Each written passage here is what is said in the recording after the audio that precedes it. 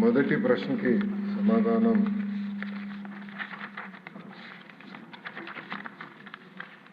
మొదటి విడత కింద 15,713 పాఠశాలల్లో ఈ కార్యక్రమం చేపట్టడం జరిగింది.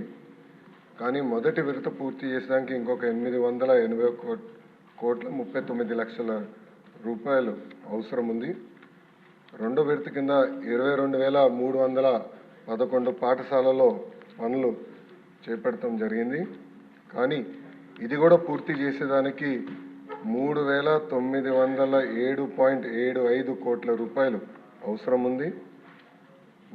మూడో విడత కింద 14,845 పాఠశాలల్లో ఎలాంటి పనులు ప్రారంభించలేదు.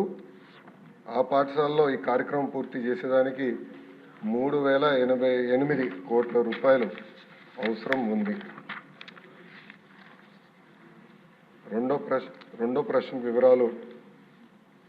నిధులు కేటాయింపులు ఖర్చులు ఎనెక్షర్ 1లో జతపరిచాం. మూడో ప్రశ్నకి సమాధానం గత ప్రభుత్వం 900 కోట్ల రూపాయలు పెండింగ్ బిల్స్ పెట్టడం జరిగింది. ఈ కార్యక్రమం పూర్తి చేసడానికి 7,877 కోట్ల రూపాయలు అవసరం ఉంది.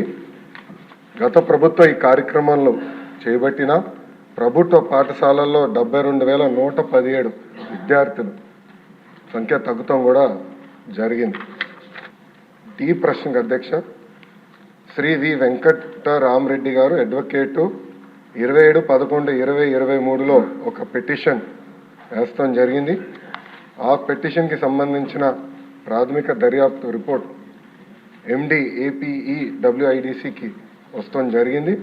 కానీ ఫైనల్ రిపోర్ట్ ఇంకా రావాల్సిన అవసరం ఉంది.